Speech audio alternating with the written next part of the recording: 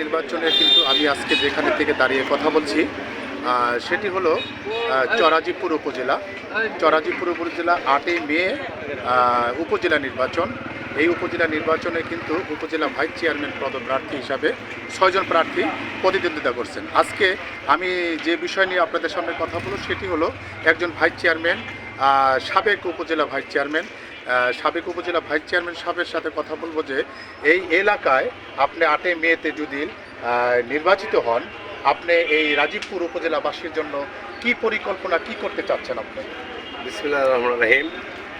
আল্লাহ যদি আমাকে 8ই নির্বাচনে অংশগ্রহণ করেছি, আল্লাহ যদি আমাকে রহমত করে এই এলাকার দুস্থ মানুষের আমি সেবা করব, গরিব দুঃখীর সবসময় পাশে থাকব এবং এই এলাকার রাস্তাঘাট যা আছে আমি সব বিনা স্বার্থে নিঃস্বার্থে তাদের সেবায় নিয়োজিত থাকবো ইনশাআল্লাহ।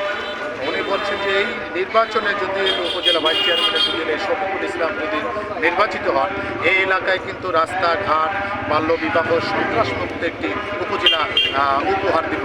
এই ছিল আমার কাছে উপজেলার সর্বশেষ উপজেলা নির্বাচনের আপডেট।